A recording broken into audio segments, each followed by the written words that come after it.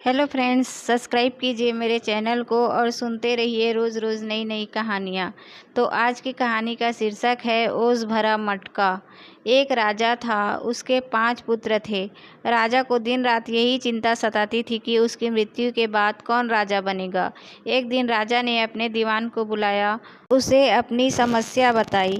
दीवान समस्या का समाधान निकालने की बात कहकर वहाँ से चला गया।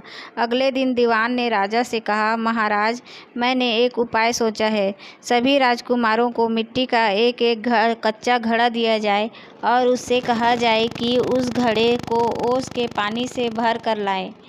जो राजकुमार ओस का पानी भर कर ले आएगा, उसी को आप राजा घोषित कर दें।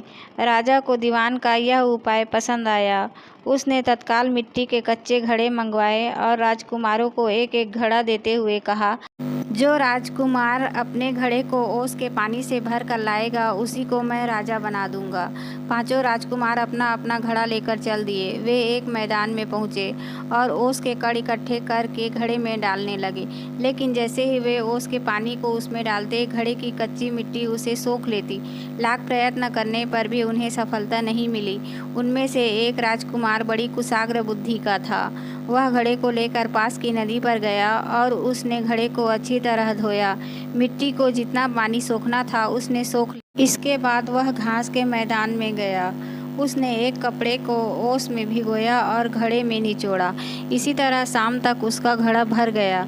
सभी राजकुमारों के घड़े खाली थे, सिर्फ वही राजकुमार घड़ा भर कर लौटा था। राजा उसकी बुद्धिमानी से प्रसन्न हुआ। वह समझ गया था कि इस राजकुमार के हाथों में राज्य सुरक्षित रहेगा।